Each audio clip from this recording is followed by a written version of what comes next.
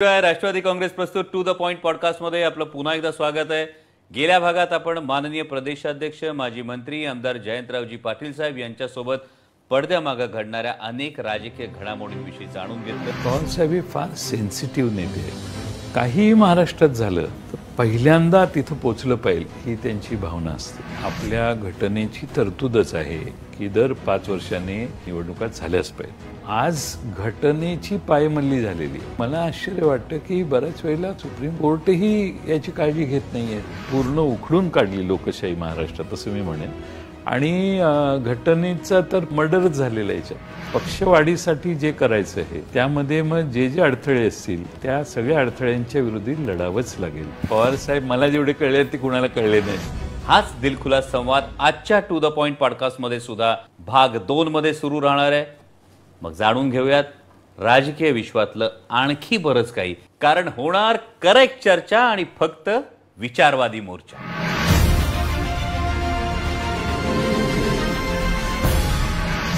आपण तरुण वयापासून राजकारण बघत आलेलात।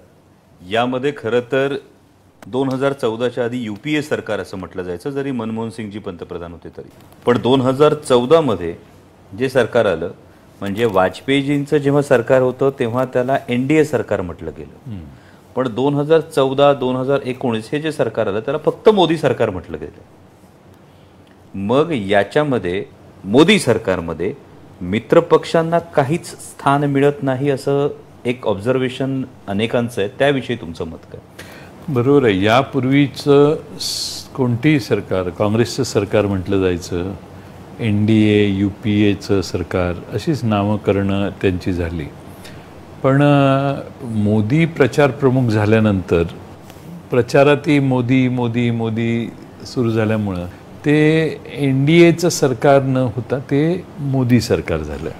आणि कामाच्या पद्धतीमध्ये कुठल्याही मंत्र्याला स्वतःचं अस्तित्व नाही आहे। सगळे पीएमओ मधूनच निर्णय होतात असं बोललं जातं। मला माहीत नाही, मी दिल्लीत, तुम्हाला माझ्यापेक्षा जास्त माहिती। कारण मध्यंतरी महिला आरक्षणाच्या संदर्भात जेव्हा बिल येणार होतं, जे स्पेशल अधिवेशन झालं ज्याच्याविषयी अनेक निष्कर्ष लावले गेले, त्यावेळी एका मंत्र्यांनी, माझ्या माहितीप्रमाणे बहुतेक प्रल्हाद सिंग पटेलांनी त्यांच्या ऑफिशियल ट्विटरवरून हा निर्णय आधी ट्विट केला आणि घाईघाईने त्यांना ट्विट डिलीट करावं लागलं।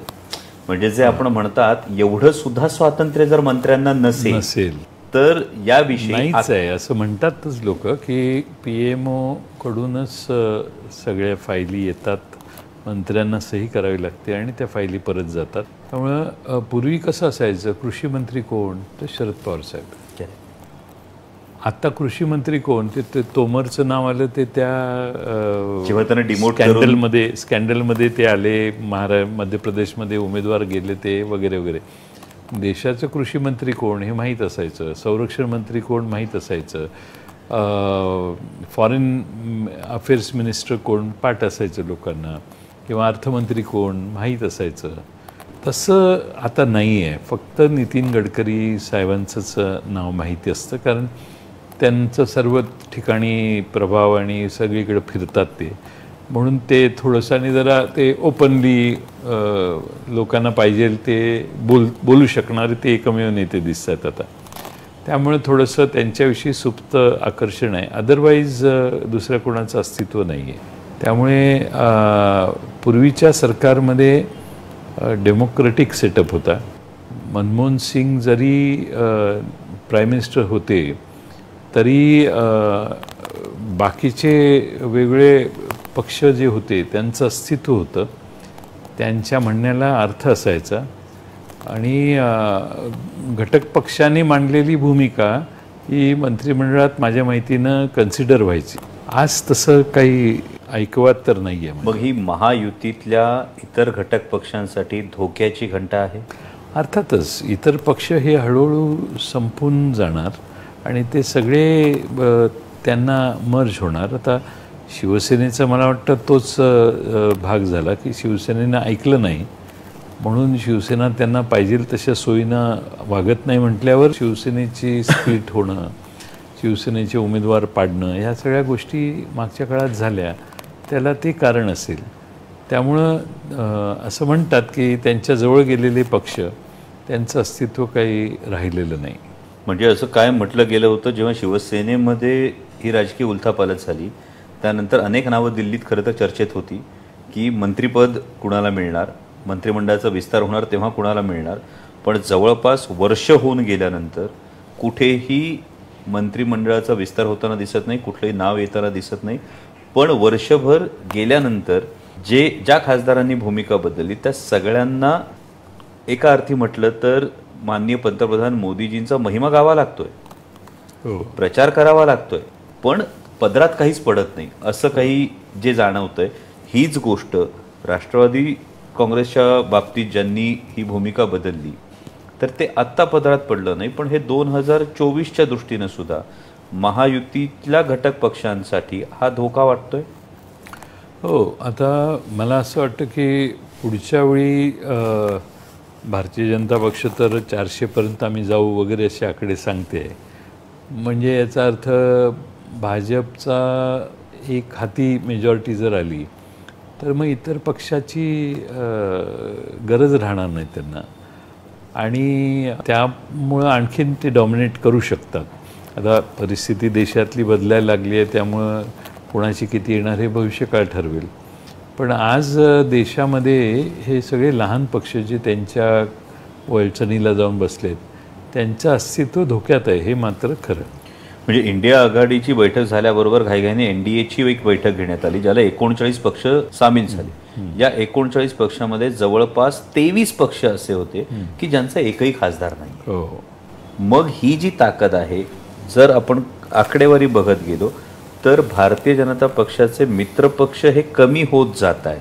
तर हा सरकारमध्ये जो वाटा असू शकतो, सरकारमध्ये जो अधिकार दिला जातो, हा UPA सरकार आणि NDA सरकार याच्यामधला जो फरक आहे तो या अधिकाराचा वाटा किंवा सत्तेचा वाटा न मिळाल्यामुळे यांच्या मित्रपक्ष एक एक सोडून चाललेले आहेत भारतीय जनता पक्षाचा, असं म्हणावं लागते. कारण त्यांच्याबरोबर राहूनही त्यांचा फायदा नाही असा अनुभव अनेक पक्षांना दिसतोय. आता अकाली दलसारखा पक्ष, त्याला असं वाटतं की आपल्याला ह्या सगळ्या ह्याच्यात आपल्या पदरात काहीच पडलं नाही. अशा देशात त्यांचे मित्रपक्ष जे आहेत त्यांचं असं म्हणतात, बाहेर जी चर्चा आहे की फारसं त्यांचं अस्तित्व ॲक्सेप्ट केलं जात नाही किंवा त्यांच्या अस्तित्वाचा रिस्पेक्ट ठेवला जात नाही. त्यामुळे हळूहळू हे सर्व पक्ष संपावेत आणि देशात 2च पक्ष राहावेत, काँग्रेस आणि भारतीय जनता पक्ष, अशी कदाचित मानसिकता असण्याचीही शक्यता आहे. जर याच्यामध्ये कसं होतं, जेव्हा UPAचं सरकार होतं तेव्हा सातत्यानं आरोप केले गेले. मग 2G स्पेक्ट्रम घोटाळ्याचा आरोप झाला, कोळसा घोटाळ्याचा आरोप झाला, याच्यावर प्रचंड मोठ्या प्रमाणावर प्रचार करण्यात आला. चौकशी अंती यामध्ये तथ्य नसल्याचं समोर आलं. पण आता एक कायम केंद्र सरकारच्या वतीनं सांगितलं जातं की गेल्या 9 वर्षात आमच्यावर एकही आरोप नाही.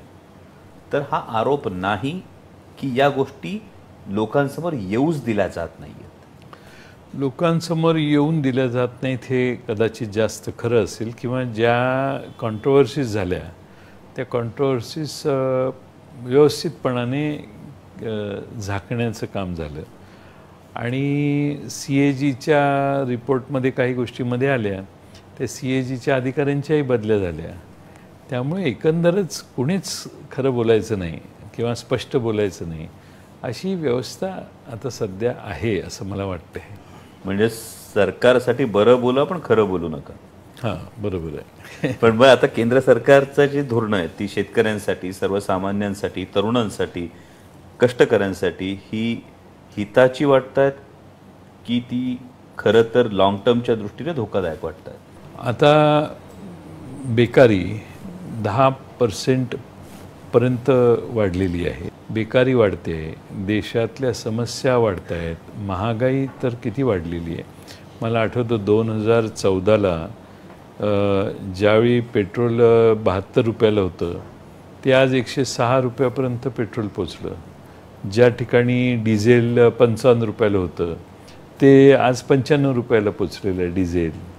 ज्या ठिकाणी गॅस 414 का काहीतरी रुपयाला गॅसचं सिलेंडर मिळायचं ते आता 1200 रुपयावर गेलेलं आहे. म्हणजे एवढी प्रचंड महागाई झालेली आहे, रुपयाचं अवमूल्यन झालेलं आहे. 83 रुपयापर्यंत रुपया जाऊन थांबलेला आहे.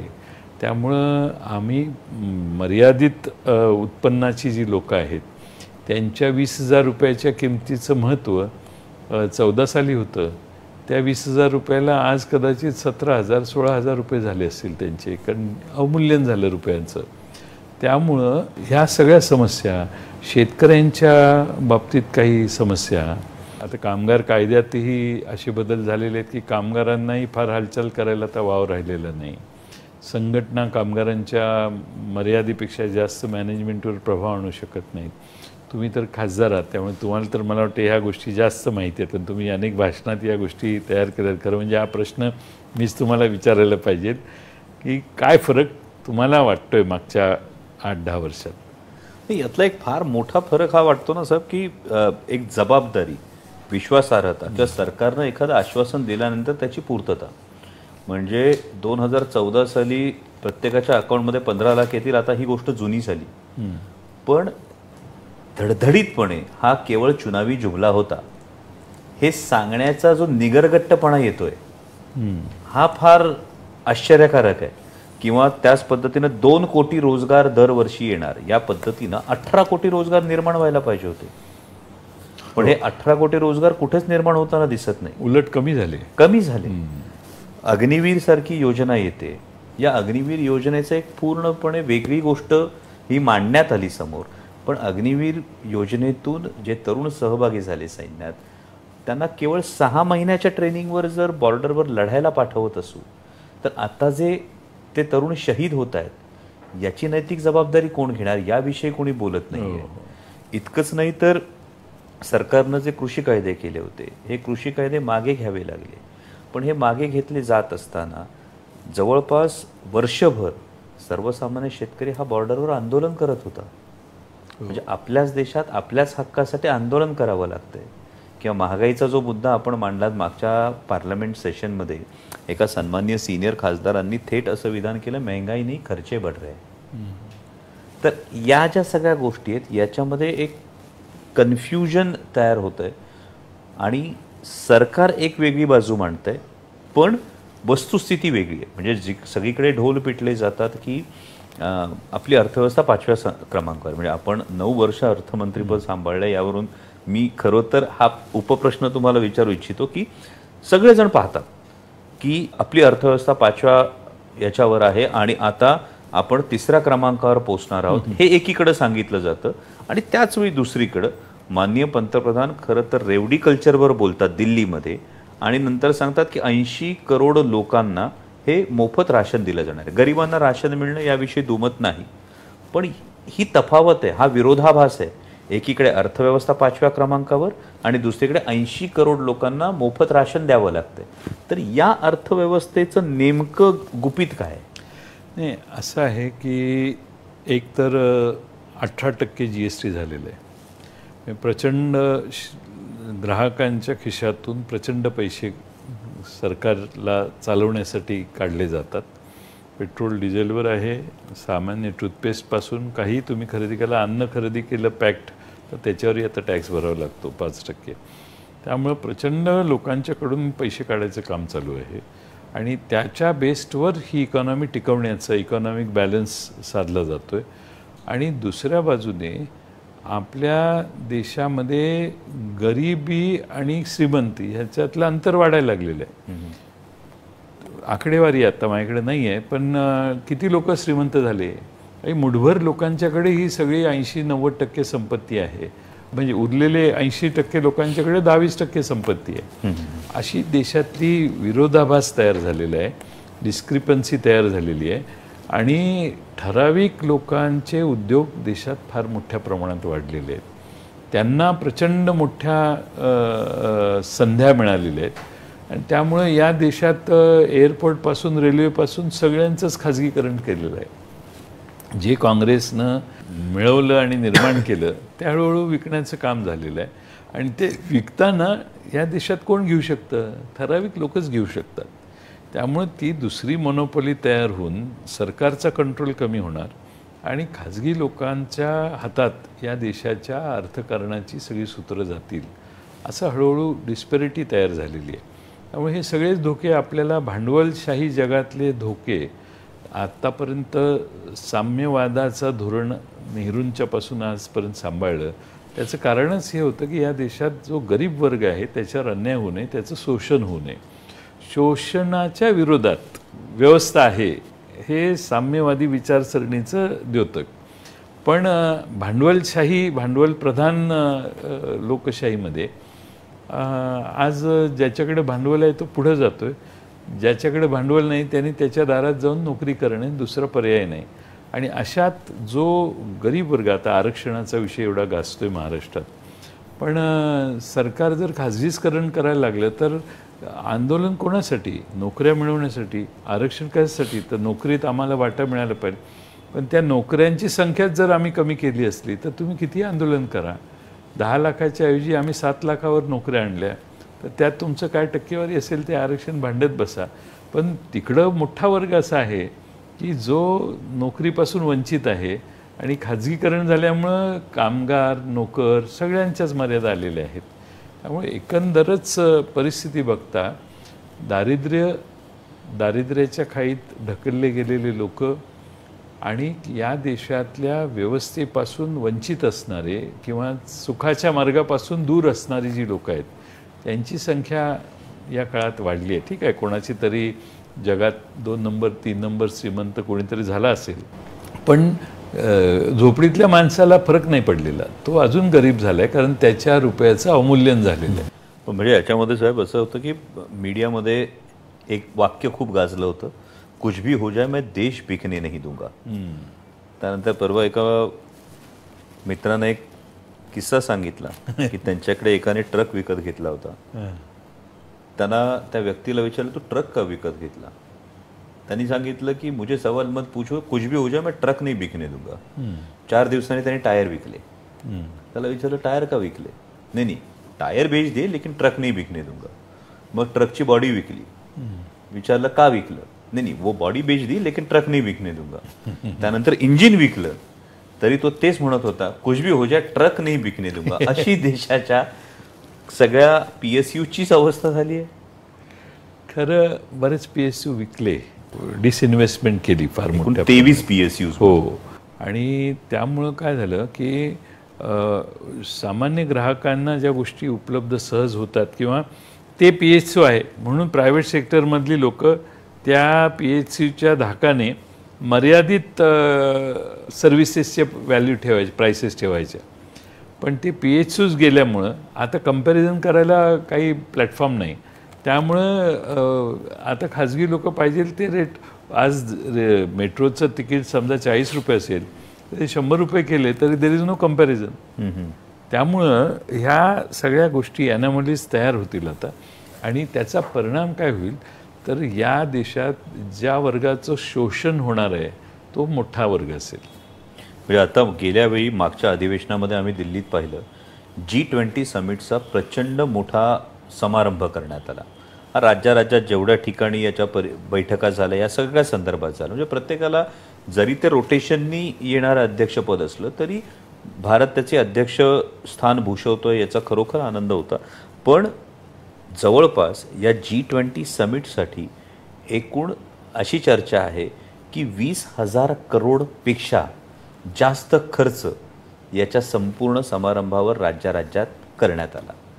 सर्वसामान्य जनतेच्या कराचे 20,000 करोड हे या पद्धतीने खर्च झाले. पण त्याची निष्पत्ती देशासाठी काय आहे? ही G20 आहे ना, हे G20 मध्ये दरवर्षी ही G20 कुठल्या देशात होते आणि 300-400 कोटीपेक्षा जास्त त्या देशात पैसे खर्च केले जात नाहीत. ते देश त्यांचं बजेट 3,000, 300, 400, 600, 800 कोटीपेक्षा कुठल्याही देशाने आत्तापर्यंत G20च्या परिषदेवर खर्च जास्त केला नाही.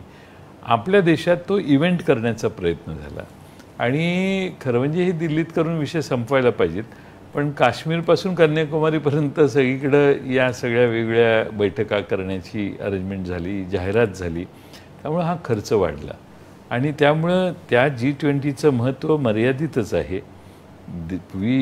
G20मध्ये सहभागी असणारे देश एकत्रित येतात, सहभागाबद्दल काही ना काही चर्चा करतात त्याच्याविषयी तसा डायरेक्ट बेनिफिट मला वाटत नाही की भारतीय इकॉनॉमीला किंवा देशातल्या जनतेला त्याचा काही फारसा झाला असेल. आता कुठंतरी आखाती देशात रस्ता होणार आहे, तर ती ओल्ड प्रोसेस असेल, जुनी प्रोसेस असेल, त्याला फ्रुक्टिफाय होणार, ते कधी 20 वर्षांनी होणार.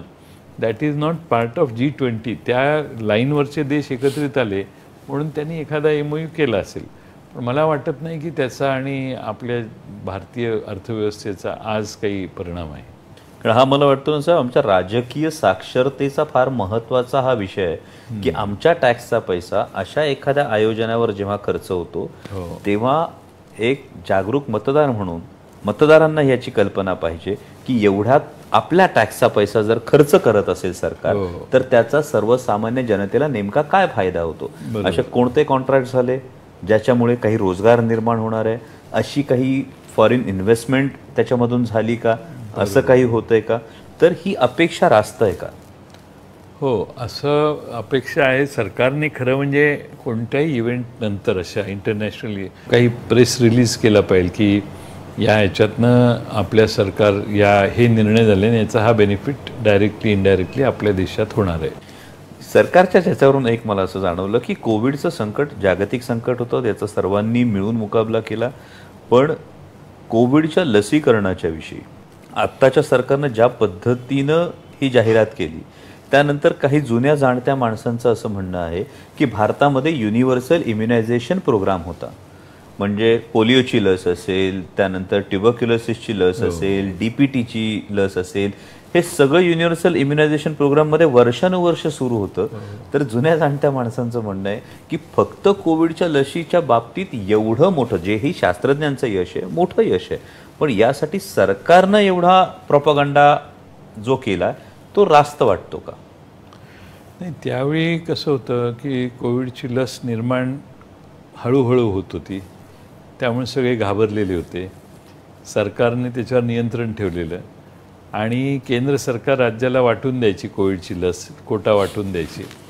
आणि त्याच्यात उत्तर भारतात तर अनेक राज्यांमध्ये कोविडमध्ये माणसं प्रचंड दगावली, फार मोठ्या प्रमाणात. महाराष्ट्रात तर फार चांगलं मॅनेज झालं, पण इतर ठिकाणी ऑक्सिजन नाही म्हणून अनेक माणसांचा मृत्यू झाला. आणि उत्तर भारतातल्या जनतेची फार वार्ताहत झाली त्या काळात. आणि तरी देखील त्याचा मोठेपणा घेण्याचा प्रयत्न काही लोक करत आहेत, हे फार विरोधाभास आहे. पण आता काय कोण बोलत नाही, चालतंय चालू दे असं आहे ते. साहेब, आता 2024 लोकसभा निवडणूक होणार आहे आणि त्याआधी 22 जानेवारी रोजी राम मंदिर हे जनतेसाठी खुलं होणार आहे. प्रत्येक हिंदूसाठी अभिमानाची गोष्ट आहे, राम भक्तांसाठी अभिमानाची गोष्ट आहे. तर मागच्या काही 5 राज्यातल्या ज्या विधानसभा निवडणुका झाल्या त्यावेळी एक आश्वासन देण्यात आले की जर भारतीय जनता पक्ष सत्तेत आला तर अयोध्या वारी आम्ही करू. अशा स्टेटमेंटविषयी काय वाटतं. खरं म्हणजे हे अत्यंत आक्षेपार्ह स्टेटमेंट आहे, कारण तुम्ही इनडायरेक्टली धार्मिक प्रचाराचा भाग हा होऊ शकतो, प्रलोभनाचा भाग होऊ शकतो. आणि सगळ्यात मोठं म्हणजे आता राम मंदिर, आम्ही रामाचे भक्त आहोत. मी माझ्या मतदारसंघात एवढं उत्तम रामाचं मंदिर बांधलेलं आहे की पूर्वी गोपीनाथ मुंडे आले होते त्यावेळी ते म्हणते, जयंतराव प्रमोद महाजन आले होते, ते म्हणते जयंतराव आम्ही राम मंदिराची भाषणच करतोय पण तुम्ही तर राम मंदिर उभं केलं. राम मंदिर उभं मी केलेलं आहे, पण ते त्यावेळी त्याच्यावर आज मतही आम्ही मागत नाही आणि तिथं दर्शनाला येणारी मतं देत असतील का नाही हे शंका आहे. नगरपालिकेत सांगलीला वगैरे 1-2 जण आमच्याकडे जिल्ह्यात 1-2 जण आहेत, त्यांची लोकप्रियता वाढवावी म्हणून बसेस करतात आणि महिलांना देवदर्शनासाठी वेगळ्या ठिकाणी नेतात. त्याचा हा मोठा प्रकार सुरू झालेला दिसतोय.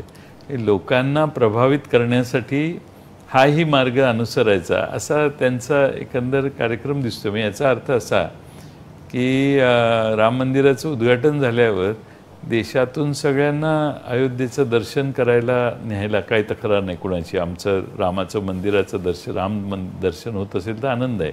मला आजपर्यंतचा अनुभव असा आहे, एक तुम्हालाही येत असेल की मी हा रस्ता करून देतो म्हटल्यावर माणसं जास्त मतं देतात, पण रस्ता करून झाल्यावर त्या रस्त्यासाठी मतं देत नाहीत लोक.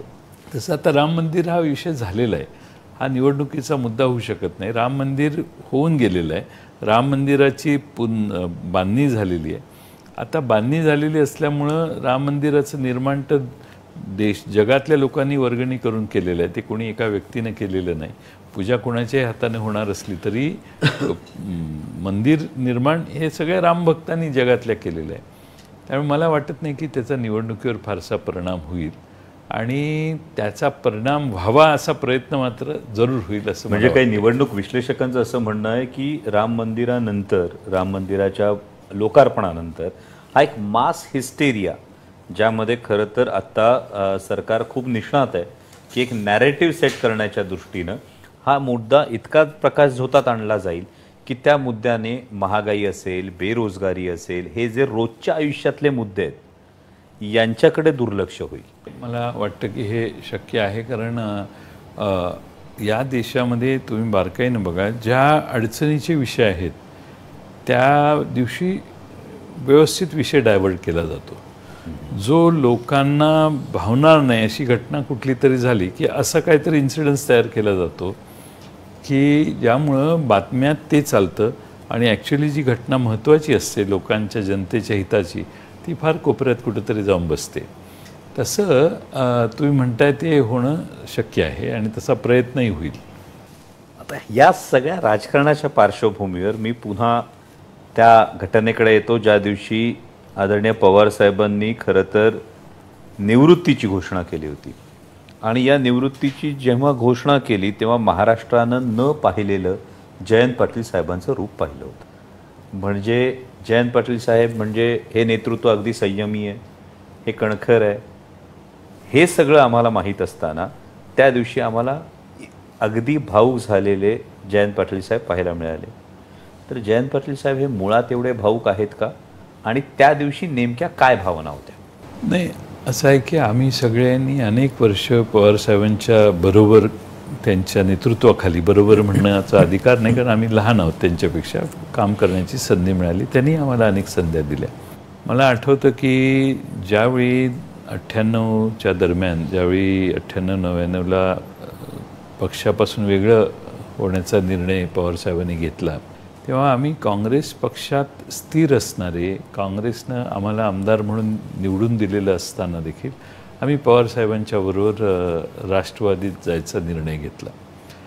आणि तो कशासाठी घेतला तर पवारसाहेबांच्याकडं बघून घेतला आम्ही. पवारसाहेबांचं नेतृत्व आम्हाला आवडलं म्हणून आम्ही घेतलं, आणि 25 वर्ष आम्ही त्यात काम केलं. आणि एवढा मोठा निर्णय होत असताना, मी पक्षाचा अध्यक्ष असताना मला याची सुतराम कल्पना नव्हती. समोरच साहेबांनी अचानक जाहीर केलं, आणि ज्यांच्यासाठी काँग्रेस पक्ष सोडून आम्ही ह्या पक्षात आलो तेच नेतृत्व जर निवृत्त होऊन निघून जाणार असेल तर काय, ह्याचा फार मोठा प्रचंड धक्का होता. आणि पवारसाहेबांच्या बरोबर आम्ही इतके जवळून काम केलेलं आहे की ते आम्हाला सहन झालं नाही. त्यामुळं अश्रूंना मोकळी वाट मिळाली, आणि लोकांच्या समोर त्या भावना नैसर्गिकरित्या व्यक्त झाल्या. कारण मला माहीतच नव्हतं की त्यांनी हा निर्णय घेतला आहे. आता मी त्यांना दोष देणार नाही, पण त्यांनी मला कल्पना दिली नव्हती की मी निवृत्ती करतोय. एवढा मोठा निर्णय, अशी मनात कल्पना आली की एवढा मोठा निर्णय त्यांनी घेतला, आणि कोणालाच कल्पना नाही. त्यांच्या घरातल्यांना असेल तर मला माहीत नाही, पण कोणालाच कल्पना नाही. त्यामुळं मलाही धक्का बसला, आणि त्यांच्यासाठी तर आम्ही आत्तापर्यंत सगळी लढाई उभी करतोय, किंवा त्यांच्या सूचनेवरून आम्ही लढाई करतोय, आणि अचानक एकदम ते निवृत्त होण्याची भाषा करायला लागले. आम्ही पक्ष लोकांच्यात कोणाच्या नावाने जातो? शरद पवारांचा पक्ष म्हणून जातो. पवार साहेबांच्यासाठी आम्ही मतं मागतो, किंवा महाराष्ट्रात जी कार्यकर्ते आज अटॅच्ड आहेत ते पवार साहेबांच्या स्वभावामुळं आणि पवार साहेबांच्या वलयामुळं आहेत. आणि त्यामुळं अचानकपणाने पवारसाहेबच नाहीत, पवारसाहेब राष्ट्रवादीच्या ह्याच्यावरून काढून टाकले पटलावरून, तर बाकीच्यांची उंची किती आहे? त्यामुळे हे अचानक धक्का बसला, आणि ते भावना व्यक्त झाल्या त्यावेळी. पण त्यावेळची भाषणं महाराष्ट्रानं सगळ्याच नेत्यांची ऐकली. त्यावेळची सगळी भाषणं जर काढून बघितली, आजही ती डिजिटल मीडियावर असतील, डिजिटल प्लॅटफॉर्म्सवर असतील, त्यावेळी प्रत्येक नेत्याने ही भावना व्यक्त केली होती की साहेब तुमच्याशिवाय आधार नाही. आणि मग हे घडल्यानंतर काहीच दिवसांमध्ये अचानक आपल्यातल्या काही जणांनी भूमिका बदलली. पण मग त्यावेळी तुमच्या मनात ही द्विधा मनस्थिती तयार झाली नाही? सगळे सहकारी एक भूमिका घेत आहेत, त्यावेळी तुम्ही मात्र समोर संधी दिसत असताना साहेबांबरोबर राहण्याचा निर्णय घेतला. हा निर्णय घेतानाची मनस्थिती काय होती? एक म्हणजे मी पक्षाचा अध्यक्षच होतो आणि मला आजही माझं हे मत आहे की या पक्षाची शक्ल जर झाली तर प्रचंड नुकसान सगळ्यांचंच होणार आहे. आणि म्हणून ही शक्ल होऊ नयेत आणि हा पक्ष एकत्रित राहावा म्हणून मी प्रयत्न करत राहिलो. कदाचित काही लोकांना वाटलं असेल की आता हे पण सामील होत आहेत, पण पवार साहेबांच्या बरोबर राहणं हे नैतिकदृष्ट्या जास्त महत्त्वाचं वाटलं मला. आणि म्हणून मी पवार साहेबांच्याबरोबर राहायचा निर्णय घेतला.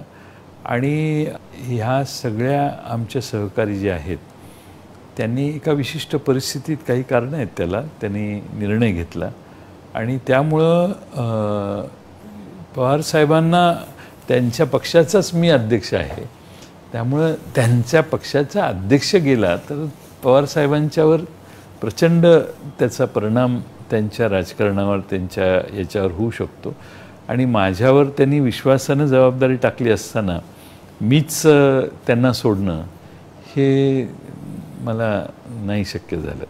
पण असा एक आक्षेप अनेक पत्रकार घेतात साहेब की ज्या पद्धतीने शिवसेनेत जेव्हा 2 गट तयार झाले त्यावेळी जी एक आक्रमक, अतिशय आक्रमक अशी भूमिका घेतली गेली ती त्या मानाने राष्ट्रवादी काँग्रेस पक्षाकडून घेतली जात नाही. आणि त्यामुळे एक संभ्रम असा तयार केला जातो आणि जो अनेकदा हा बातम्यांमधून येतो, अनेकदा सांगितलं जातं की जयंत पाटील साहेब सुद्धा जे पवार साहेबांना सोडून गेलेत त्यांच्या संपर्कात आहेत आणि ते कधीही तिकडे जाऊ शकतील अशा बातम्या अधूनमधून पेरल्या जातात. त्यामुळे मला असं वाटतं की ही जी संभ्रमाची अवस्था आहे त्याचं एकदा तुम्ही स्पष्टीकरण द्यावं. चांगला प्रश्न आहे. कसं आहे की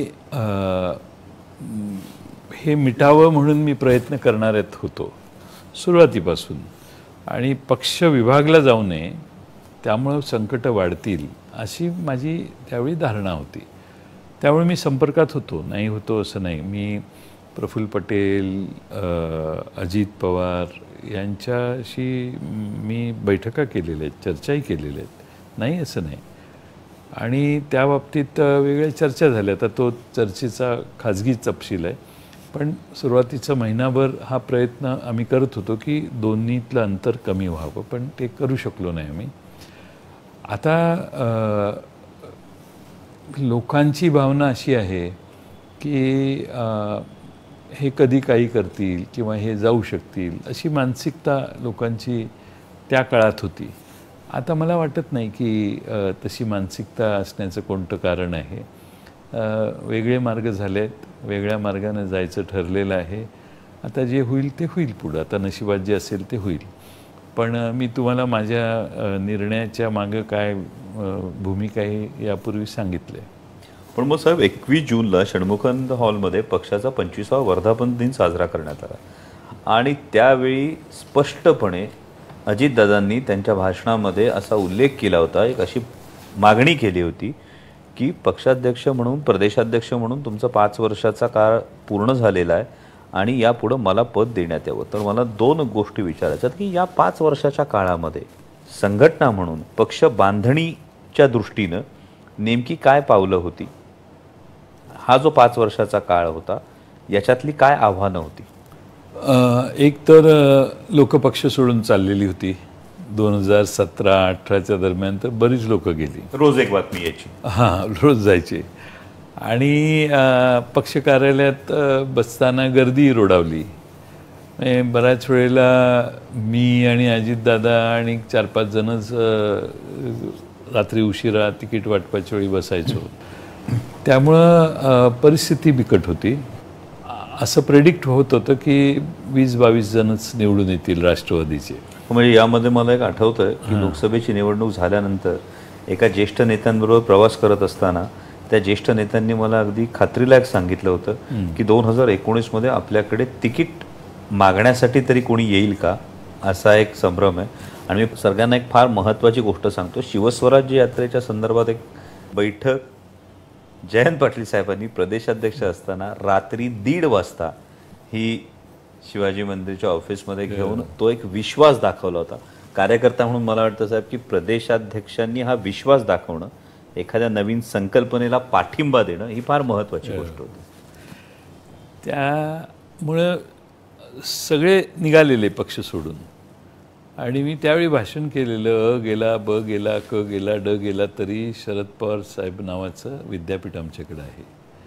लोकांचा मोराल वाढवण्यासाठी हे सगळे प्रयत्न आम्ही करत होतो.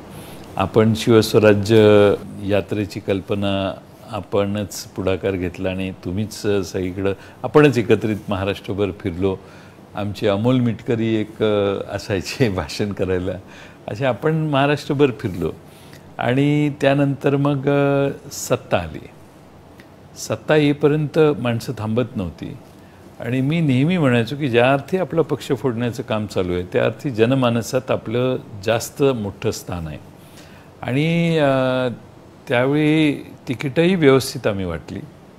आणि मला 63 आमदार आमचे निवडून येतील असं वाटायचं, पण आम्ही 54 निवडून आले.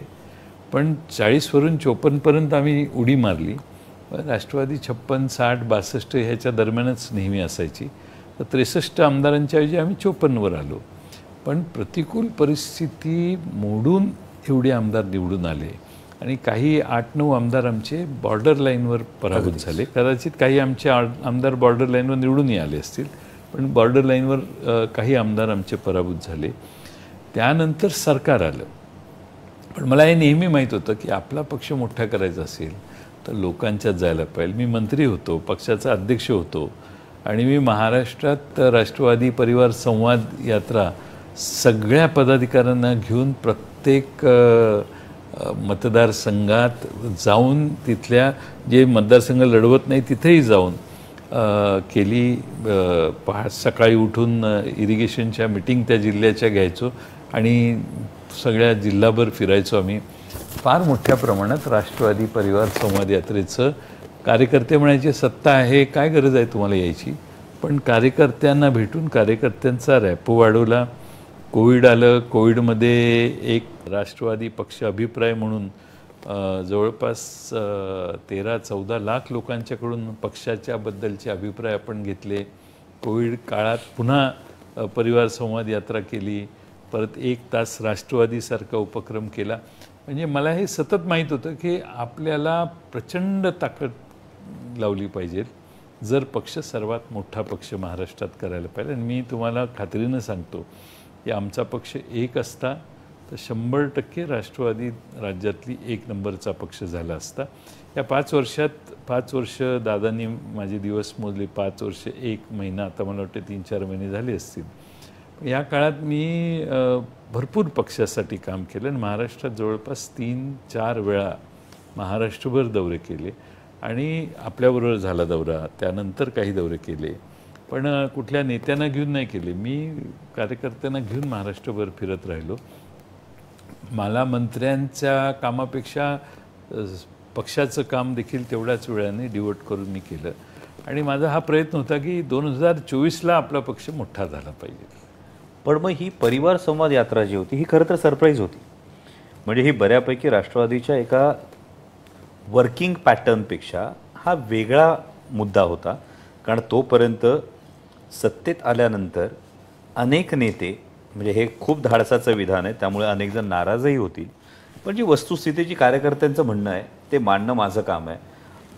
कार्यकर्त्यांचं म्हणणं असं आहे की अनेक नेते सत्ता आल्यानंतर जिल्ह्यापुरते राहिले. म्हणजे अनेक मंत्र्यांवर सुद्धा हा आक्षेप कार्यकर्त्यांचा आहे की काही मंत्री तर अगदी तालुक्यापुरते झाले. या पार्श्वभूमीवर तुम्ही महाराष्ट्र पिंजून काढताय, याचं प्रतिबिंब त्या दिवशी अजितदादांच्या षण्मुखानंद हॉलच्या भाषणात उमटलं असावं का? माहीत नाही ते का असं बोलले, कारण विरोधी पक्षनेते ते झाले त्यावेळीच मी त्यांना ऑफर केलेलं की तुम्ही अध्यक्ष व्हा, मी विरोधी पक्षनेता होतो. त्यावेळी ते म्हटले नाही, मी विरोधी पक्षनेता होणार आहे, माझा चॉईस तो आहे, अध्यक्षपदात माझा रस नाही. आणि त्यानंतर अचानक ते मला जर बोलले असते की मला अध्यक्ष व्हायचं आहे, तर मी षण्मुखानंद हॉलमध्येच जाहीर केलं असतं की दादांची इच्छा आहे, दादांना आता अध्यक्ष करा. मी 5 वर्ष पूर्ण केलेत. षण्मुखानंद हॉलची मीटिंग झाल्यानंतर मला पवारसाहेबांनी फोन केला. फोनवर सांगितलं मला 25 तारखेला. त्यावेळी मी त्यांना सांगितलं की अजितदादांना अध्यक्ष पक्षाचं व्हायचं असेल तर त्यांना करा, माझी काहीच हरकत नाही, आता 5 वर्ष होऊन गेलेली आहेत मला. त्यावेळी साहेब म्हटले ठीक आहे, इतर पदाधिकाऱ्यांचे निवडी आपल्याला कराव्या लागतील, त्यामुळं 30 तारखेला आपण भेटू. मग 30ला मुंबईला गेलो. मी पवारसाहेबांना सांगितलं की त्यांची नेमणूक, त्यांची इच्छा आहे तर करा. म्हटलं मला काय नाही, मला वाईट एवढंच वाटलं की मी 5 वर्ष भरपूर कष्ट घेतले पण त्याचा उल्लेख झाला नाही. पण ठीक आहे, आता शेवटी परिस्थिती जशी असेल तशी आपण घ्या निर्णय. आणि त्याप्रमाणे पवारसाहेबांनी 6 तारखेची बैठक ठरवली.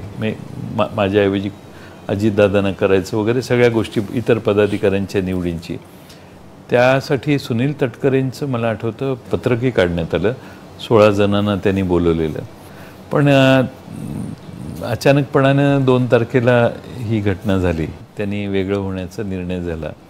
पण पक्ष म्हणून ज्या कामं करायची ती आम्ही सगळ्यांनी व्यवस्थित केली.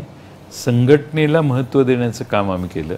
शेवटी मी माझा व्यक्तिगत स्तोम माजणार नाही यासाठी देखील कायम आम्ही सगळेच जागृत राहिलो. मी तर व्यवस्थित कधीच व्यक्तिगत स्तोम निर्माण होणार नाही याची काळजी घेतली.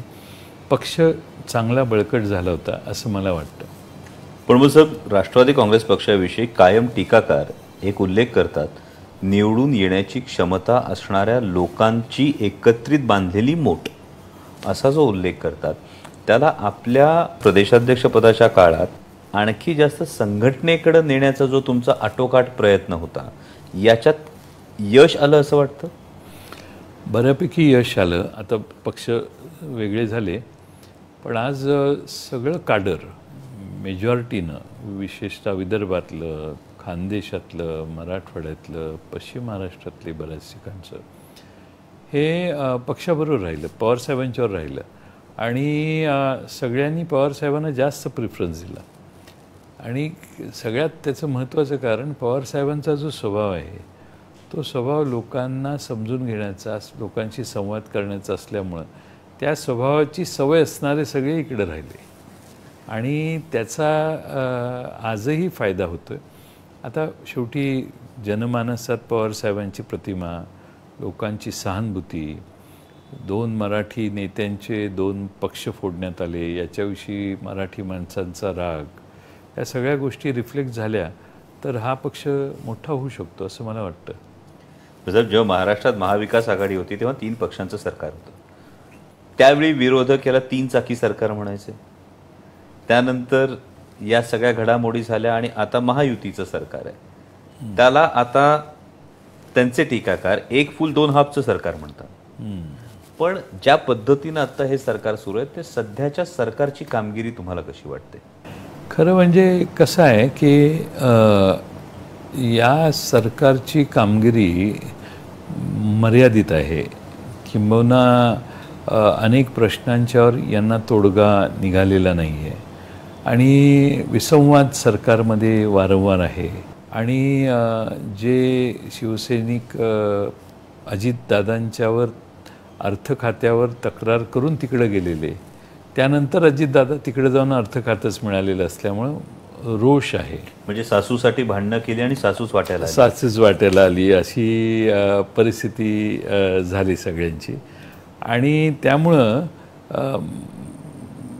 अचिव्हमेंट काय, आता इन्व्हेस्टमेंट राज्याच्या बाहेर गेल्या, राज्यामध्ये बेकारीची प्रमाण वाढलं, महागाई तर सगळ्या देशभर वाढलेली आहे. त्यामुळं या राज्यामध्ये विशेष काय, नवीन काय गोष्टी केल्या, बाकीचे सगळे प्रकल्प तर आमच्या सरकारच्या वेळेपासूनच चालू आहेत, त्याचीच कामं आता पुढे जाताना दिसत आहेत. उलट या सरकारने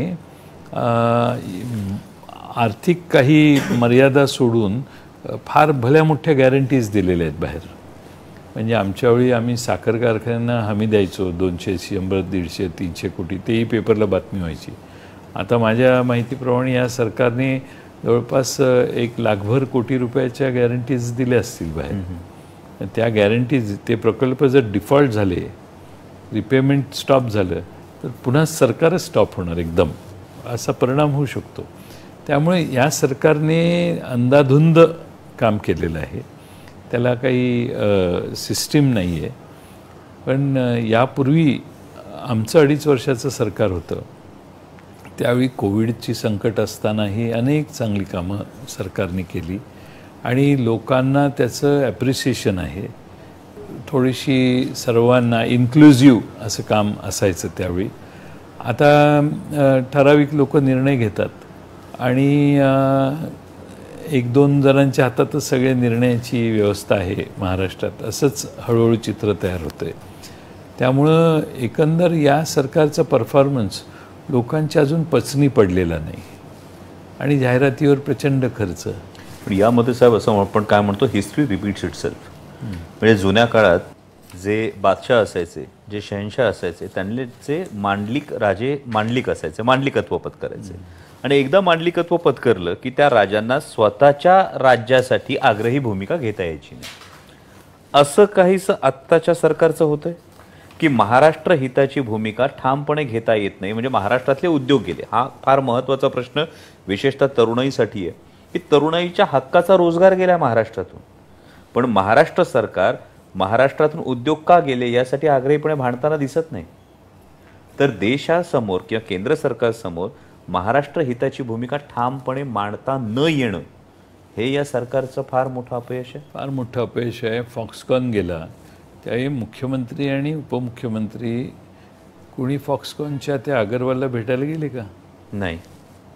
ताकद झाली नाही कोणाची जाऊन भेटायची, धाडस झालं नाही, कारण तो गुजरात राज्यात गेलेला. त्यामुळं या सरकारने ज्या भूमिका घेतल्या त्या दिल्लीच्या डोळ्याकडे बघूनच घेतल्या. महाराष्ट्राचं नुकसान झालं तर चालेल, पण आपली सत्ता टिकवण्यासाठी आपल्याला हे कॉम्प्रोमाइजेस केले पाहिजेत. अशी अनेक इतके प्रकल्प, म्हणजे डायमंड बोर्ससारखा मोठा प्रकल्प त्यांनी पर्यायी तिकडे उभा केला.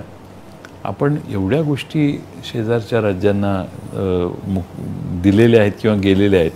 त्यामुळं बेकारीचा प्रश्न वाढला महाराष्ट्रात आणि आता म्हणावं तेवढी गुंतवणूक येत नाही. आपलं राज्य 3ऱ्या-4थ्या क्रमांकावर परदेशी गुंतवणुकीत गेलेलं आहे.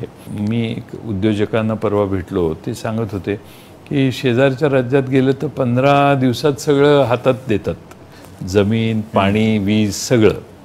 पण महाराष्ट्रात कोणी उद्योजक आला तर त्याला मांडवा खालून सगळीकडं फिरून गेल्याशिवाय त्याला कुठंच काही करता येत नाही. त्याचा परिणाम देखील आपल्या महाराष्ट्रातल्या गुंतवणुकीवर झालेला आहे. आणि आता महाराष्ट्राची मोनोपोली राहिलेली नाही. पूर्वी महाराष्ट्र पहिली प्राईम डेस्टिनेशन जगातल्या लोकांचं मुंबईत येऊन गुंतवणूक करायचं होतं. आता तसं राहिलेलं नाही. जगातनं लोक देशाच्या कोणत्याही भागात आता येऊ शकतात, जाऊ शकतात. त्यामुळं गुंतवणुकीचं प्रमाण इतरत्र स्प्रेड झालेलं आहे. त्यामुळे या सगळ्या महागाई, बेकारी, उद्योजकांच्यात निराशा, GSTचं मोठं भुर्दंड, या सगळ्यामुळं माणसं, उद्योजक देखील अडचणीत आलेली आहेत. जाहिरातीखाली या बाकीच्या चुकीच्या गोष्टी ज्या झालेल्या आहेत किंवा होत आहेत त्यावर हित नाही. आता महिला आपल्या महाराष्ट्रामध्ये फार मोठ्या प्रमाणात महिला हरवण्याचं प्रमाण वाढलेलं आहे. महिला गायब झालेल्याचं प्रमाण आहे. म्हणजे लॉ अँड ऑर्डरच्या दृष्टीनेही आम्ही वीक झालो आहेत. अनेक गोष्टी अशा आहेत की ज्याच्यामध्ये बलात्काराच्या किंवा महिला गायब होण्याच्या केसेस फार आहेत. म्हणजे सुरक्षित महिला आहेत का महाराष्ट्रातल्या, हाही प्रश्न मधल्या काळात काही हजार, 13, 14 का 17,000 महिला गायब झाल्या, हरवल्या किंवा निघून गेल्या आणि त्यांचा पत्ता सापडलेला नाही. काही आखाती देशात जाऊन नाईलाजाने नको त्या उद्योगात अडकल्या. अशाही घटना झालेल्या आहेत. याकडं सरकारचं म्हणावं तसं लक्ष नाही. त्यामुळं एकंदर सरकार टिकवण्यासाठी ह्या सरकारचे जास्त प्रयत्न चालू आहेत, सरकार चालवण्यासाठी कमी आहेत. यामध्ये शेतकरी वर्गामध्ये ग्रामीण भागातून कायम एक आक्षेप घेतला जातो विशेषतः जे आमदार आम्ही विकासासाठी सरकारमध्ये सहभागी झालो असं सांगतात, त्यांच्यासाठी शेतकरी बांधवांचा एक साधा प्रश्न आहे साहेब, की समजा गेले 6 महिन्याची जर आकडेवारी आपण बघितली तर दुधाचे भाव हे 8 ते 10 रुपयांनी पडलेले आहेत. म्हणजे जर आपण 10 रुपये जर पकडले तर जिथे 5 लाख लिटर दिवसाचं संकलन आहे त्या ठिकाणी 50 लाख रुपये दिवसाचं नुकसान आहे. 50 लाख रुपये दिवसाच्या नुकसानाप्रमाणे साधारणतः 30 दिवसांचं जर आपण नुकसान बघितलं तर जवळपास 150 कोटी रुपयाचं त्या एका तालुक्याचं नुकसान होतं. आणि जर 6 महिन्याचा आपण हे केला तर 150 गुणिले 6 म्हणजे 900 कोटी रुपयाचं नुकसान होतंय. जे विकासासाठी केले त्यांच्यापैकी असा एखादा आमदार आपल्या पाहण्यात आहे का की ज्याने 900 कोटी रुपयाचा निधी सरकारमध्ये सहभागी झाल्यामुळे आपल्या मतदारसंघात आणला? असं आहे की घोषणा मोठ्या करतात सगळेच आमदार. 200 कोटी आणले, 800 कोटी आणले, 1,500 कोटी आणले, पण कागदावर सँक्शन असतं, कारण सरकारकडे निधीच नाही एवढा. त्यामुळे काम मोठं घोषित करायचं, टेंडर काढायचं, बाकीच्या सगळ्या गोष्टी होऊन जातात त्यात. मग ते काम पूर्ण होताना आजही 17,000 कोटी रुपये 31 मार्च नंतर जून महिन्यापर्यंत 17 का 20,000 कोटी रुपयाची बिलं सरकार भागवत होतं. मी कामं केलेल्याला पैसे दिले नाहीत, मागच्या वर्षी कामं झाली तरी. तसं ह्यावर्षी होणार, स्पिलओव्हर कामांचा राहणार, पेमेंटचा राहणार. त्यामुळे एकंदरच विकासाचा घोषणांचा सुकाळ आहे. आणि आपण जसं म्हटलं तसं दुधाच्यामुळे 150 कोटीचा तोटा त्या भागात झाला. आणि काम कुठं 30-25 घोषणा मोठ्या असतील, ॲक्च्युली फिजिकली डिलिवर्ड काम जे आहे ते 30-40 कोटीपेक्षा जास्त कुठंच नाही आहे. त्यामुळं एकंदर लोकांची फसवणूक होते असा लोकांचा एक भाग आहे. आता तुम्ही नांदेडला, नागपूरला, परत संभाजीनगरला काही लोकांचा मृत्यू औषधं नाही दवाखान्यात म्हणून झाला. हे कधीच झालं नव्हतं महाराष्ट्रात. लक्षच नाही कामाकडे. म्हणजे कोविडच्या काळात ज्या महाराष्ट्राच्या सार्वजनिक आरोग्य व्यवस्थेचं कौतुक झालं होतं, त्याच सार्वजनिक आरोग्य व्यवस्था ही व्हेंटिलेटरवर आहे का अशी परिस्थिती निर्माण आहेच फार मोठ्या प्रमाणात. हॉस्पिटलमध्ये गोरगरिबांची माणसं सरकारी इस्पितळात जातात, त्यांच्या आया बहिणी टाहो फोडून रडत होत्या त्या काळात. एवढी मोठी सरकारकडून अक्षम्य दिरंगाई झालेली आहे. जबाबदारी निश्चितीचं काय? जबाबदारी निश्चित करायला मी मगाशी सांगितलं ना, मीडिया काहीच बोलत नाही. कोणी सरकारी बाजूला मान्य नाही किंवा आवडणार नाही ते कोणी छापायला आणि रेटून बोलायला तयार नाही. आणि त्यामुळं कोण टार्गेट झालं हे माझ्या दृष्टीनं महत्त्वाचं नाही. घटना झाली, घटना ज्याच्यामुळे झाली त्याला प्रायश्चित्त व्हायला पाहिजे होतं असं माझं मत आहे. आता दुसरा महत्त्वाचा भाग म्हणजे काय की सरकारचं प्रशासनाकडे लक्ष नाही. याचं ज्वलंत उदाहरण म्हणजे एवढ्या लोकांनी परीक्षा दिल्या आहेत, लाखो लोकांनी, त्यांचे निकालच लागत नाहीत. MPSCच्या परीक्षा दिल्या, जवळपास 25 लाख परीक्षार्थींनी जवळपास, आणि निकालच लागत नाही त्यांचे. हा म्हणजे कसं लोक गप्प बसल्या तेच मला कळत नाही. निकालच लागत नाहीत. आणि दुसऱ्या बाजूने कसं आहे, परीक्षा शुल्कही आता वाढवलेलं आहे. 1,000 रुपये केलं, 900 रुपये मागासवर्गीय मुलांसाठी केलं. ह्याच्याविषयी काहीही चर्चा समाजात होत नाही. काही कोणी बोललं तर ते जास्त रिपीट केलं जात नाही. लोकांच्या समोर या निगेटिव्ह गोष्टी आणूनच द्यायच्या नाहीत असा प्रयत्न असल्यामुळं लोकांना सगळं आलबेल चाललंय असंच वाटत असतं. तसं प्रशासकीय जर बघितलं तर सत्तेमध्ये असणारे काही प्रमुख घटक असे दिसतात, काही नेते असे आहेत महायुतीतले ज्यांच्या प्रशासनाविषयी कायम चांगलं बोललं जातं. त्यामधलं एक नाव आहे माननीय उपमुख्यमंत्री देवेंद्रजी फडणवीस. आपण स्वतः गृहमंत्रीपदाचा कार्यभार सांभाळलेला आहे. सध्याची महाराष्ट्रातली लॉ अँड ऑर्डरची जर परिस्थिती बघितली, मगाशी आपण जरांगे पाटलांच्या आंदोलनाचा, मराठा आरक्षणाच्या आंदोलनाचा सुद्धा उल्लेख केलात, महिला बेपत्ता असण्याचा उल्लेख केलात, तर आत्ताच्या गृहमंत्र्यांवर सातत्यानं हा आरोप होतोय की त्यांना गृहमंत्री पद सांभाळण्यामध्ये सातत्यानं अपयश येत आहे. आपलं त्यावर काय म्हणणं आहे? आता काल परवा भुजबळ साहेबांचं भाषण मी कुठेतरी ऐकलं की पोलीस कुठलीही ॲक्शन घेत नाहीत. जरांगे पाटलांच्यावर ॲक्शन झाली, शांततेत उपोषण चालू होतं, अचानक पोलीस गेले आणि त्यांनी मारायला सुरुवात केली. एवढं मारलं. माझा मुद्दा एवढा आहे की पोलिसांच्यावर ॲक्शन घेऊ नका, पण त्यांना कोणी आदेश दिले हे तरी महाराष्ट्राच्या समोर आलं पाहिजे. एखाद्या माहिती अधिकारात पत्र द्यायचं आणि एखाद्या DYSPला बळी द्यायचा. DYSP कशी ऑर्डर देऊ शकतो अशी लाठीचार्जाची? तिथे काही दंगा नाही, काही रिॲक्शन नाही, काही नाही, असं कसं होऊ शकतं? त्यामुळं सरकारचं नियंत्रण नाही असा त्याचा अर्थ होतो. कारण मुख्यमंत्री आणि दोन्ही उपमुख्यमंत्री म्हणतात आम्ही ऑर्डर नाही दिलेली. मग एवढ्या सेन्सिटिव्ह इश्यूवर उपोषण चालू असताना त्यांच्यावर एवढा मोठा लाठीचार्ज कसा झाला? ठीक आहे. परत बीडला दंगल, आमच्या संदीप क्षीरसागर, जयदत्त क्षीरसागर, प्रकाश सोळंकी यांचं राष्ट्रवादीचं कार्यालय जाळण्याचं काम करण्यात आलं. त्यावेळी पोलीस कमरेवर हात ठेवून बघत होते की मन मोकळीक दिलेली होती आणि संदीप क्षीरसागरांचं घर जाळायचं काम चालू होतं. मला ते पुण्याहून तिकडे चाललेलं त्यावेळी मला फोन केले. मी 8-9 वेळा त्या DSPला फोन केला. DSPने फोन घेतले नाहीत. IG ने घेतले. IG ने पाठवतो म्हणून सांगितलं कुमक. सांगायचा मतितार्थ हा की लॉ अँड ऑर्डर आहे की नाही? कुठलाही मॉब येतो आणि घरं जाळत हिंडत जातो म्हणजे अनार्की आहे ह्या देशात का काय, असा त्याचा हे व्हावं. आणि पोलीस आमच्याविरुद्ध ॲक्शन होईल म्हणून पोलीस काही करत नाहीत. रस्ता रोको कोणी केलं तरी काही नाही, घरं पेटवायला लागली तरी कोणी काही करायचं नाही, आंदोलनात कोण करायला लागलं तर पोलिसांनी फक्त जाऊन तिथं उभं राहायचं. मला वाटत नाही की एवढी पॅथेटिक सिच्युएशन महाराष्ट्रात कधी यापूर्वी होती. आज सरकार कोणत्याही परिस्थितीत लॉ अँड ऑर्डर टिकवण्यात सक्षम नाही. कोणालाही आज भीती वाटेल, एकदम मॉब घुसला आणि मला मारून गेला तर काही पोलीस येऊनही काही करणार नाही. ते पोलिसांना मी बोलवलं तरी पोलीस बाहेर उभे राहतील आणि माझं घरात काही होऊ शकतं.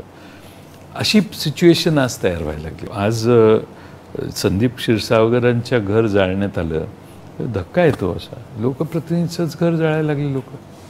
प्रकाश सोळंकींचं घर जाळण्यात आलं. काय करणार? त्यांचं कार्यालय जाळलं, राष्ट्रवादीचं कार्यालय जाळलं. पोलिसांनी कुठंच मज्जाव केला नाही. काय, हाऊ कॅन दिस हॅपन? त्याची चौकशी झाली पाहिजे, पण नो चौकशी. म्हणजे मध्यंतरी आपण आता भुजबळ साहेबांच्या मुलाखतीचा उल्लेख केला, त्यामध्ये भुजबळ साहेबांनी एक अत्यंत गंभीर आरोप केला आहे की या ज्या दुर्दैवी घटना घडल्या यामध्ये पेट्रोल बॉम्ब होते असा भुजबळ साहेबांनी आरोप केला आहे. जर संदीप क्षीरसागरनी मला जी ब्रीफ माहिती दिली त्यात असंच होतं. ते जर मग हे होत असं तर मग हे सपशेल गृह खात्याचं अपयश नाही? तेच म्हणतो मी की गृह खात्याने हे लॉ अँड ऑर्डरवर नियंत्रण ठेवलेलं नाही म्हणून अशी धाडसं लोक करतात का ह्याची चौकशी झाली पाहिजे ना. There is no inquiry. कुठल्या तरी पोलिसाला कुठेतरी बदली केली की हे एवढं सोपं नाही आहे आणि याच्या तपशिलात जायलाच पाहिजे सरकारने आणि सरकारच्या यंत्रणेने. किमान गृहमंत्र्यांनी महाराष्ट्रातल्या जनतेला सांगितलं पाहिजे की कोण वरिष्ठ होता.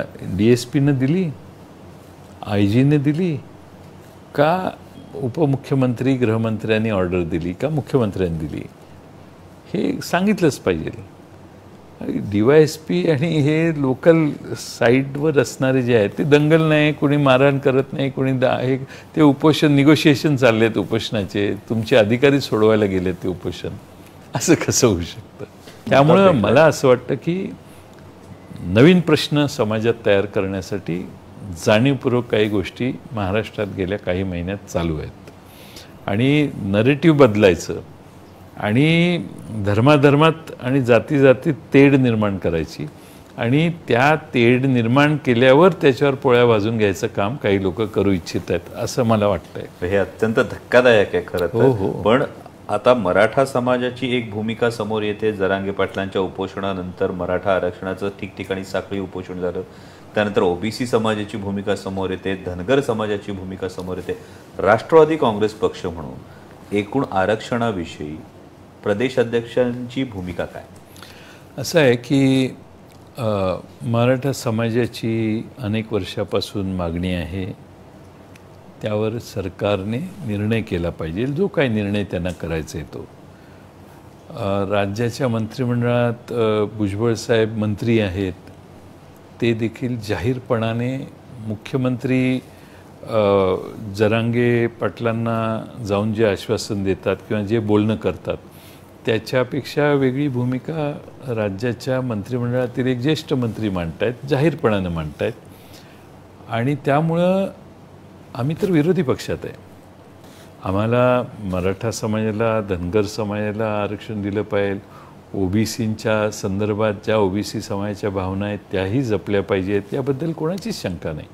मराठा समाज राज्यात आणि केंद्रात सरकार तुमचंच आहे. तुम्ही 50% वर आरक्षण करण्याच्यासाठी केंद्र सरकारला सांगा, पाहिजे ते एका रात्रीत आपण राष्ट्रपती राजवट बदलू शकता. तर ही घटनेत दुरुस्ती करायला किती अवघड आहे. पण त्यासाठी तुम्ही काहीतरी पावलं उचलली पाहिजे. सरकार तुमचंच आहे दोन्हीकडे. त्यामुळं आज सर्वच समाजांना, ओबीसी समाजालाही वाटायला लागले आमच्यावर अन्याय होतोय, मराठा समाजालाही वाटायला लागले की आम्हाला हक्काचं आरक्षण मिळायला पाहिजे, ते मिळत नाही आहे. धनगर समाजालाही वाटायला लागले. काल परवाच धनगर समाजाची लोक एकत्रित आली आणि त्यांनी एका कार्यालयावर हल्ला केला. त्यांनाही वाटते की आमचं हक्काचं, आम्हाला आमच्या आरक्षणाची मागणी पूर्ण व्हावी. हे जे सगळं चाललेलं आहे महाराष्ट्रात, याच्यात हे वाढत जावं आणि लोकसभेच्या निवडणुकांपर्यंत हे एवढं वाढवायचं की त्याच्यावर मग आपल्या पोळ्या भाजून घ्यायच्या. आणि महाराष्ट्रात आज शिवसेना, राष्ट्रवादी काँग्रेस फोडण्यात आली, त्याचा जो राग आहे, एकंदरच महागाई चं अपयश किंवा बेकारीचं मोठं अपयश, या सगळ्यांच्यापासून दिशा बदलायची, असा याच्यात प्रकार मला दिसतोय. पण हे सगळं होत असताना प्रत्येक सुज्ञ तरुणाला हा प्रश्न पडतो की साहेब, जेव्हा दिल्ली सरकारच्या अधिकारांमध्ये हस्तक्षेप करायचा होता तेव्हा केंद्र सरकारनं घाईघाईने कॉन्स्टिट्युशनल अमेंडमेंट केली आणि ते अधिकार बदलले. मागच्या स्पेशल अधिवेशनात सर्वोच्च न्यायालयाच्या बाबतीतला निर्णय त्यांनी मागे घेतला, ते बिल समोर आणलं नाही. पण मग या पद्धतीनं जेव्हा जातींमध्ये हा आकारण एक कटुता निर्माण होतीये, जे महाराष्ट्राचं एक जी संस्कृती आहे, जे छत्रपती शिवाजी महाराजांनी घालून दिलेला आदर्श आहे की 18 पगड जातीच्या लोकांना एकत्र घेऊन एका विधायक कार्याकडे जायचंय, तर या आदर्शाला स्मरून एकमेकांमध्ये भांडण्यापेक्षा केंद्र सरकारवर दबाव टाकून जातनिहाय जनगणना व्हावी आणि त्याचबरोबर आरक्षणाची मर्यादा वाढवण्यात यावी. आमची तीच मागणी आहे की जातनिहाय जनगणना सरकारने केलीच पाहिजे. का करत नाही? आणि माझं तर म्हणणं भुजबळ साहेबांना आहे की भुजबळ साहेब मंत्रिमंडळात आहेत, त्यांनी जातनिहाय जनगणनेचा निर्णय मंत्रिमंडळात करून घ्यावा. जातनिहाय जनगणना महाराष्ट्रात आणि देशात जर झाली तर ज्याची जेवढी लोकसंख्या आहे तेवढं त्याला आरक्षण, विषय संपून जाईल.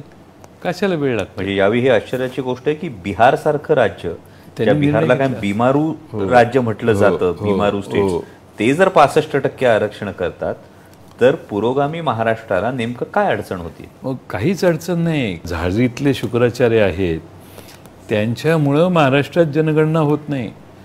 जातनिहाय जनगणना झाली पाहिजे तर सगळे समाज शांत होऊन जातील. कोण प्रत्येक माळी समाजाची किती लोक आहेत, लिंगायत समाजाची किती आहेत, सगळ्या गोष्टी हळूहळू समोर येतील. त्याप्रमाणे आरक्षणाची आकडेवारी होईल. आणि त्यामुळं सरकार का घाबरते मला कळत नाही जातनिहाय जनगणना करायला. एवढा उद्रेक महाराष्ट्रभर आहे. मराठवाड्यात काय परिस्थिती आहे आपल्याला माहिती आहे. तर तुम्ही जातनिहाय जनगणना करा. आणि आता त्या आयोगाने 10 दिवसात जनगणना करायची ठरवली आहे, त्याला काय अर्थ आहे? सगळ्या महाराष्ट्रात कानाकोपऱ्यात जातनिहाय जनगणना करा. महाराष्ट्रात किती लोकसंख्या कोणाची आहे एकदा कळलं की हा विषयावर पडदा पडेल. पण हे सरकार का टाळतंय? कारण सरकारला हे जातीतले वाद वाढत जात असतील तर नरेटिव्ह बदलते महाराष्ट्रातलं. त्यासाठी त्यांना ते करायचं असेल अशी माझी शंका आहे. आणि त्यामुळं दुर्दैवाने जातनिहाय जनगणना करतो म्हणायचं. जातनिहाय जनगणना जर केली तर मग मराठ्यांची लोकसंख्या किती आहे, ओबीसींची किती आहे, सगळ्यांचीच बाहेर पडेल. शेवटी महाराष्ट्रात गुण्यागोविंदाने हे सगळे जाती राहिलेले आहेत. कधीच कुणी एकमेकाच्या जातीचा द्वेष केला नाही. एक मराठा लाख मराठा मोर्चामध्ये मुस्लिम सहभागी झाले, धनगर समाज सहभागी झाला, ओबीसींचे नेते सगळे, ओबीसींचे लोक त्यावेळी सहभागी व्हायचे. 4-4, 5-5 लाखाचे मोर्चे प्रत्येक जिल्ह्यात निघायचे. सगळे समाजांचं म्हणणं होतं की द्या मराठा समाजाला आरक्षण द्या. त्यामुळं मला वाटत नाही की मराठा समाज आणि इतर समाजाचे संबंध टोकाचे आहेत किंवा विद्वेषाचे आहेत. ते विद्वेषाचे होणार नाहीत याची काळजी घेण्याची गरज सरकारची आहे. पण मला सरकार त्या बाबतीत पुढाकार घेताना दिसत नाही. सर, आपल्याविषयी एक वाक्य खूप अख्ख्या महाराष्ट्राला ठाऊक आहे, जे प्रचंड फेमस आहे, की टप्प्यात आलं की करेक्ट कार्यक्रम होणार. आता पुढच्या काही काळामध्ये अनेक राजकीय घडामोडी घडून गेलेल्या आहेत. लोकसभेच्या निवडणुका आहेत, विधानसभेच्या निवडणुका आहेत, आता विरोधकांमध्ये आपल्यातलेच काही लोक आहेत. तर नेमका टप्प्यात आल्यावर कार्यक्रम कोणाचा होणार? मला असं वाटतं की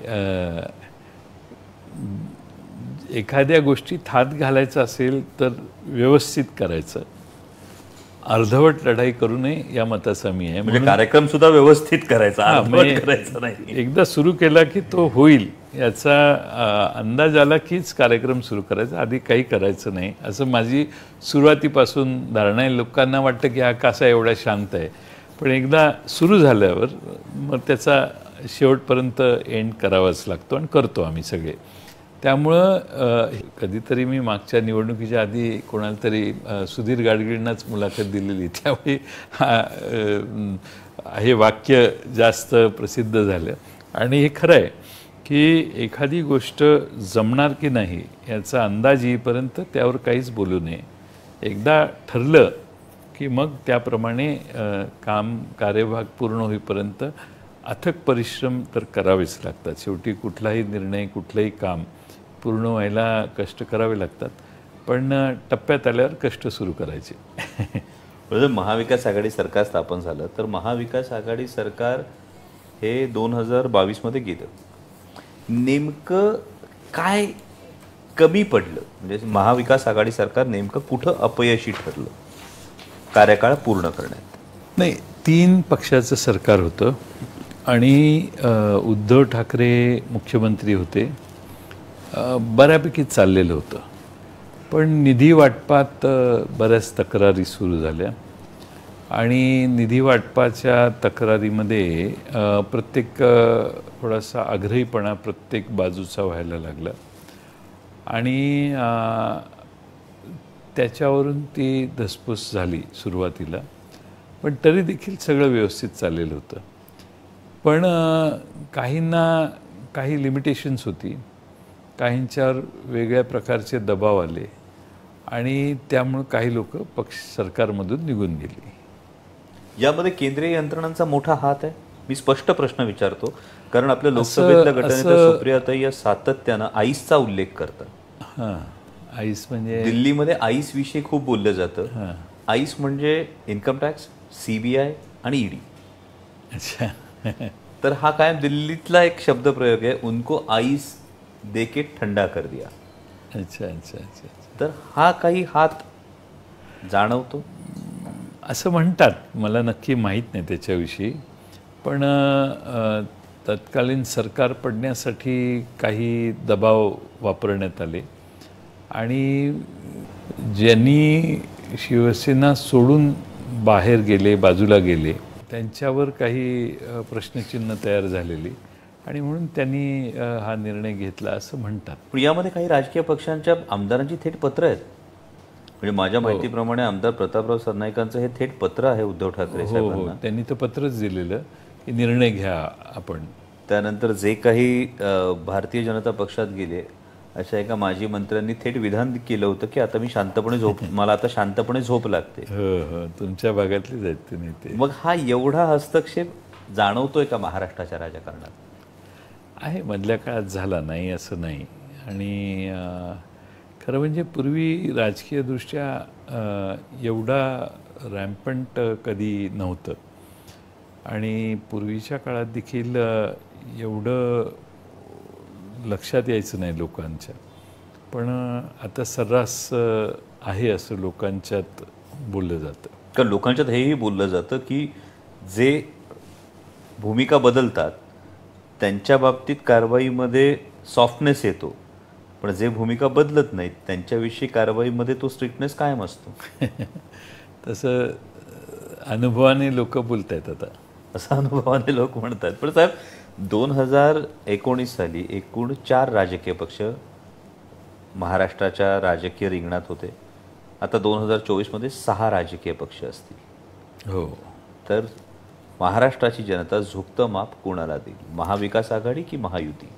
मला वाटतं की महाविकास आघाडीला जास्त प्राधान्य देतील, कारण ज्या घटना या 5 वर्षात, एका वर्षात 2 पक्ष फोडण्याचं झाले. पक्ष फोडणं वेगळंच, पक्ष पळवून घेऊन गेले. पवारसाहेब तर पक्षाचे अध्यक्ष आहेत, त्यांनी निर्माण केलेला पक्ष पण त्यांच्याकडून काढायचं काम झालं आहे. त्यामुळे महाराष्ट्रातली जनता मला वाटत नाही की हे स्वीकारेल आणि त्याचा परिणाम निवडणुकीत दिसेल असा मला विश्वास आहे. त्यामुळं महाविकास आघाडीला जास्त लोक प्रिफर करतील असं मला वाटतं. आणि आता या सगळ्या सविस्तर उत्तरानंतर अगदी थोडक्यात रॅपिड फायर आपण करूयात.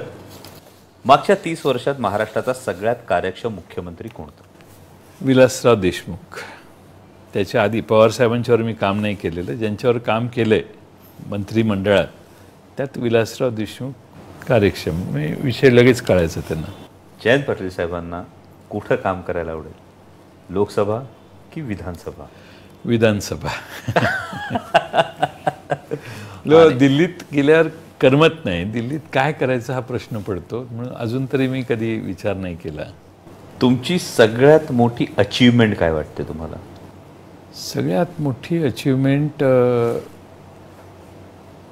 राज्यस्तरावरची म्हणाल तर या राज्यात सेल्स टॅक्स जाऊन व्हॅल्यू ॲडेड टॅक्स आला, तो एकमताने मंजूर करताना राज्यातल्या कुठल्याही घटकाला नाराज न करता तो एक मोठा निर्णय झाला.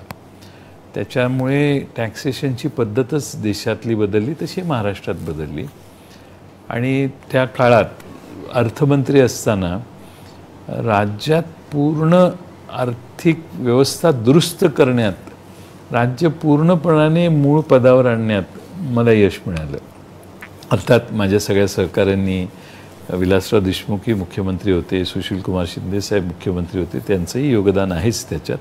पण या सगळ्यांच्या सहकार्यामुळे राज्य दुरुस्त झालं, ही सगळ्यात मोठी अचीवमेंट होती. म्हणजे वर्ल्ड बँकेच्या दारात जाणारं राज्य स्वयंभू झालं, स्वतःच्या ताकदीवर उभं राहिलं, विकासाचा वेग वाढला, सर्वसामान्य गोरगरीब जनतेचे प्रश्न सोडवण्याची क्षमता आणि व्याप्ती महाराष्ट्राची व्यापली. लोकोपयोगी मी एक अर्थसंकल्प मांडला, त्यावेळी भटक्या विमुक्त जाती जमाती, ओबीसी समाज, मागासवर्गीय समाजाच्या योजना, डॉक्टर बाबासाहेब आंबेडकरांच्या नावाने शिष्यवृत्ती योजना, अगदी परदेशात मागासवर्गीय समाजाची मुलं पाठवण्याची योजना, या सगळ्या सोशल इन्क्लुझिव्ह ग्रोथ ज्याला म्हणतात, ते रचनात्मक काम महाराष्ट्रात शाहू फुले आंबेडकरांचं नुसतं नाव घेऊन राहिलो नाही मी, तर शाहू महाराजांनी डॉक्टर बाबासाहेब आंबेडकरांना इंग्लंडला पाठवलेलं.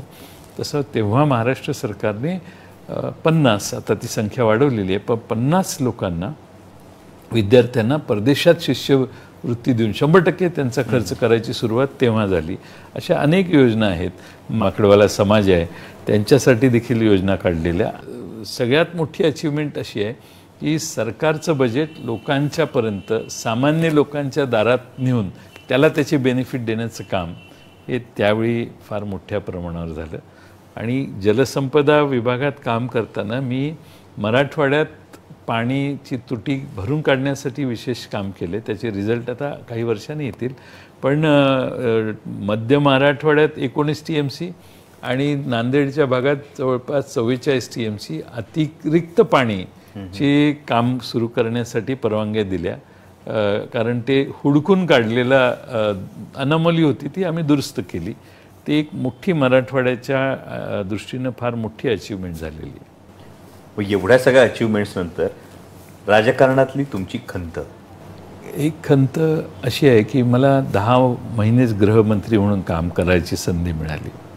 माझी इच्छा होती मला पुढं मिळावं, पण माझ्या पक्षाने मला संधी नाही दिली.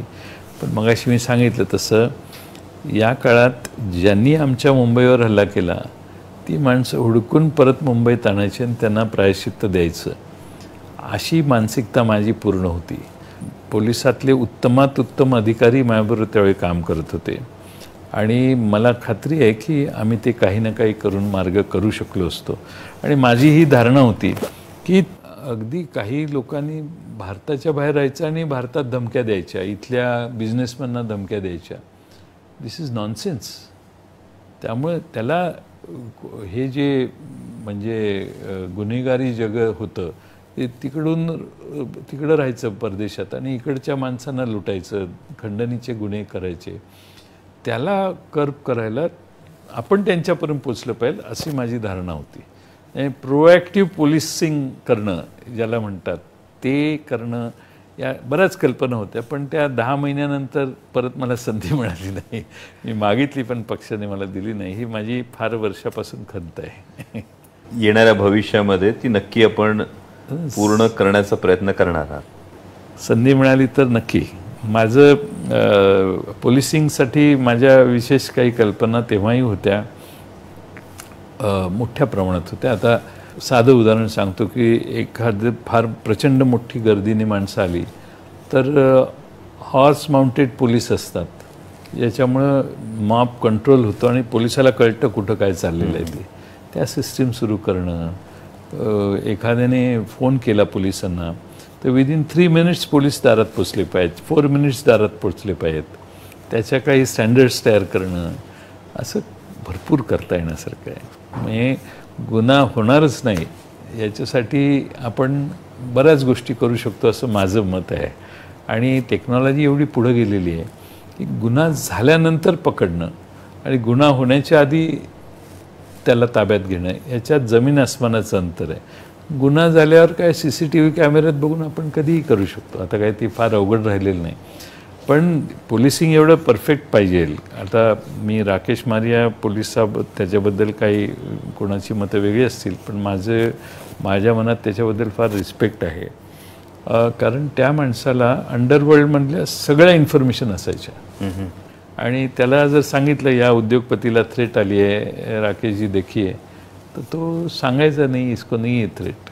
म्हटलं असं कसं बोलतो? ते म्हणायचे की थ्रेट देने वाला जिसको कहता है उधर मेरा इन्फॉर्मर है, वो मुझे बोलता है ये लिस्ट में नहीं है नाम.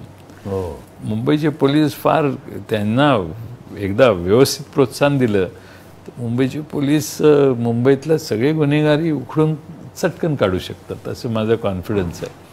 त्यामुळं काम करून घेणं हे महत्त्वाचं आहे. मग आपले वडील स्वर्गीय राजाराम बापू पाटील यांच्याकडून आपण कोणता धडा शिकला? माझे वडील फार मोठे संघटक होते आणि ज्यावेळी महाराष्ट्रात संयुक्त महाराष्ट्राची चळवळ झाल्यानंतर यशवंतराव चव्हाण साहेबांनी तरुण असताना त्यांच्यावर महाराष्ट्राचे प्रदेश काँग्रेस पक्षाची जबाबदारी टाकलेली होती. त्यांनी प्रचंड मोठं काम केलेलं होतं. अनेक शेका पक्षाचे नेते पक्षात आले, काँग्रेसमध्ये आले वगैरे. बेरजेचं राजकारण चव्हाण साहेबांनी त्यावेळी केलेलं.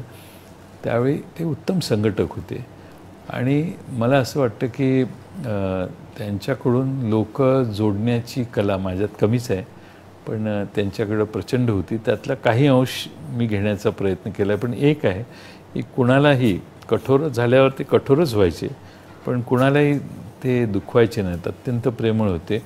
त्यांनी अनेक पदयात्रा काढल्या. कार्यकर्त्याच्या अंगावर रात्री जाऊन पांघरू नाही की नाही बघायचं कामही त्यांनी केलेलं आहे. आणि पांघरून घालणे, त्याला बबनराव पाचपुते आपल्याला माहिती आहे, त्यांनी तयार केलेले ते नेतृत्व आहे. त्यांना दाढी कशी करायची, कपडे कसे घालायचे, चप्पल कशा घालायच्या, इथपासून सगळे म्हणजे प्रचंड फुल टाईम त्यांनी महाराष्ट्रात काम केलं. आणि आज मी कुठल्याही राज्यातल्या कुठल्याही भागात गेलो, आता कमी झालं पण मधल्या काळात वयोमानानुसार ती माणसंही गेली, पण अशी अनेक घरं आहेत महाराष्ट्रात की ज्यांच्या घरी बापू जायचे. त्यांच्याकडे जाऊन यवतमाळमध्ये 1-2-4 जणं असायची, ते म्हणायचे आमच्या घरी आल्याशिवाय बापू इथनं कधी गेलेच नाहीत. हा जो कॉन्फिडन्स असायचा तर फार ठिकाणी महाराष्ट्रात त्यांनी माणसं जोडून केली आणि मला वाटतं की ते मला मिळालेला गुडविलचा वसा आहे. म्हणजे एखाद्याकडून जशी प्रॉपर्टी मिळते वडिलांकडून मुलाला, तसं मला महाराष्ट्रातल्या राजाराम बापू या नावाचं जे गुडविल आहे ते मला मिळालं असं मी समजतो. सर, महाराष्ट्रात राजकीय क्षितिजावर असणारे नवीन आश्वासक चेहरे असे कोण आपल्याला वाटतात जे भविष्यात चांगली कामगिरी करतील?